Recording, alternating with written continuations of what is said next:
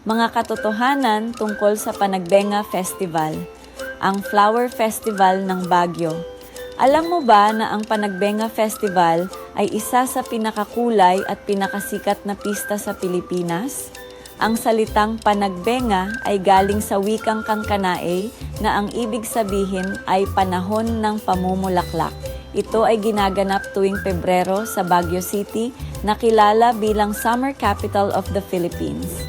Nagsimula ang Panagbenga noong 1995 matapos ang malakas na lindol noong 1990 na lubhang nakaapekto sa Baguio. Layunin ng festival na ibalik ang pag-asa, pasiglahin ang turismo at ipakita ang tibay ng mga taga-Baguio. Kilala ang Panagbenga sa mga malalaking flower float na pinalalamutian ng tunay na bulaklak gaya ng rosas, chrysanthemum at orchids. Isa rin sa mga pinakahihintayang street dancing parade kung saan makikita ang makukulay na kasuotan na hango sa kultura ng Cordillera. Nakakatuwang isipin na ang ibang float ay inaabot ng ilang linggo hanggang buwan bago matapos.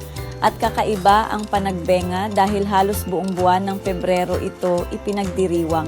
Ang Panagbenga ay hindi lang pista ng bulaklak. Ito ay simbolo ng pagbangon, kultura at pagkakaisa. Kung nagustuhan mo ang video na ito, pakipindot ang like, share at mag-subscribe para sa mas marami pang video na ganito. Ngayon alam mo na.